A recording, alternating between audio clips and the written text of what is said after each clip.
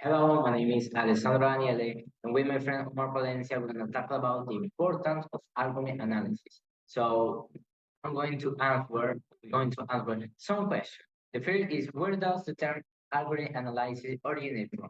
So the concept of algorithm analysis was introduced by Donald, and involves figure out how complex an algorithm is in solving a particular problem. And the goal is to estimate the resource needs of the algorithm theoretically. In his 1974 work, Donald Knuth classified the evolution of computers from art to science. So this change, he pointed out that 15 years early, programming was not well understood and verified program currently was read. So Knuth emphasized the importance of find a formal base for comprehending, analyzing, and reasoning about programs and algorithms. And this idea formed the foundation of algorithm analysis as an academic discipline.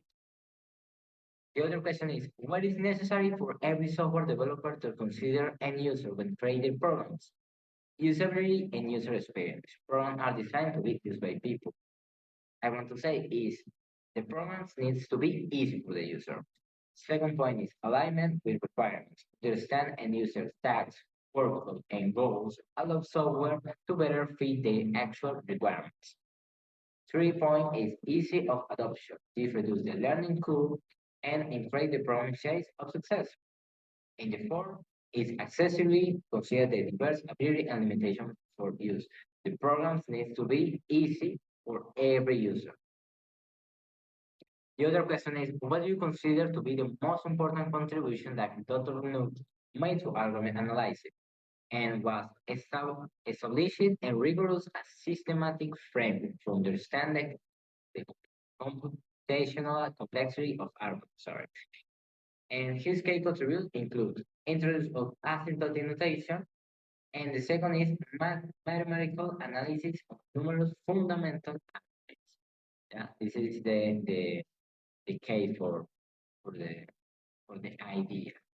The other question is which academic level problem does complicated attempt to solve?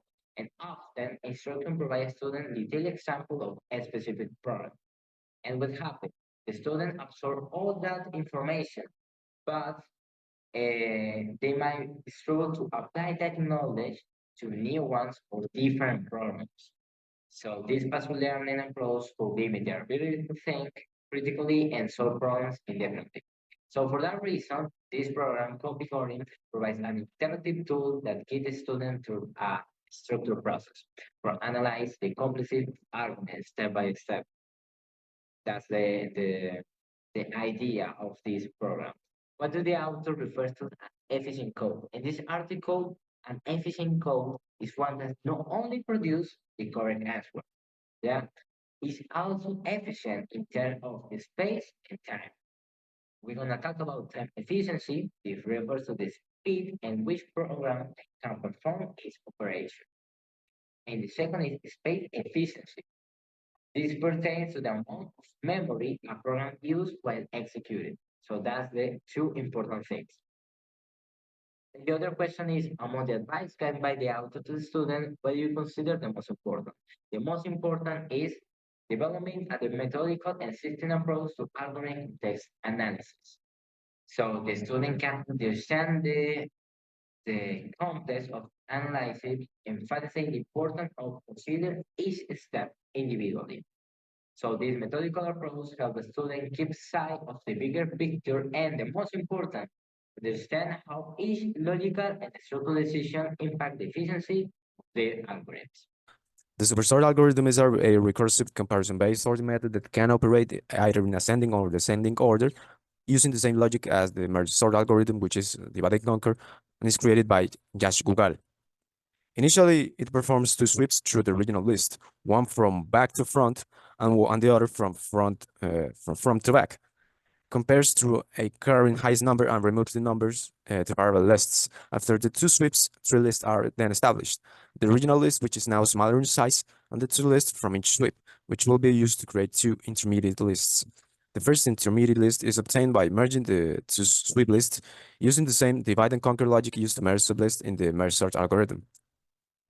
The second list is obtained by recursively applying the supersort method to divide the original list into two halves.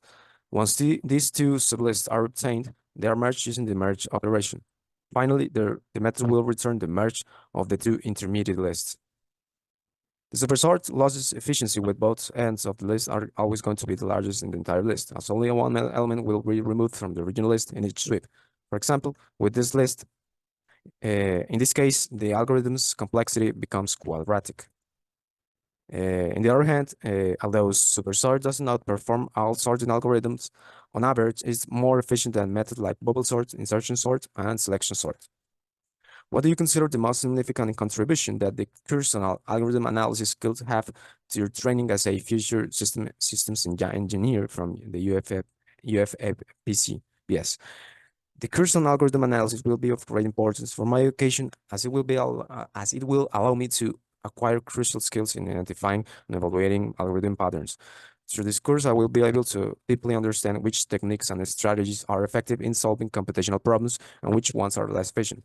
This will provide me with a solid framework for making informed decisions when designing and selecting algorithms for various applications. Furthermore, studying algorithm analysis will give me a deeper insight into the fundamental structures underlying algorithms. I will be able to explore how different algorithmic approaches rely on a specific data structure and how these structures influence the performance and efficiency of algorithms.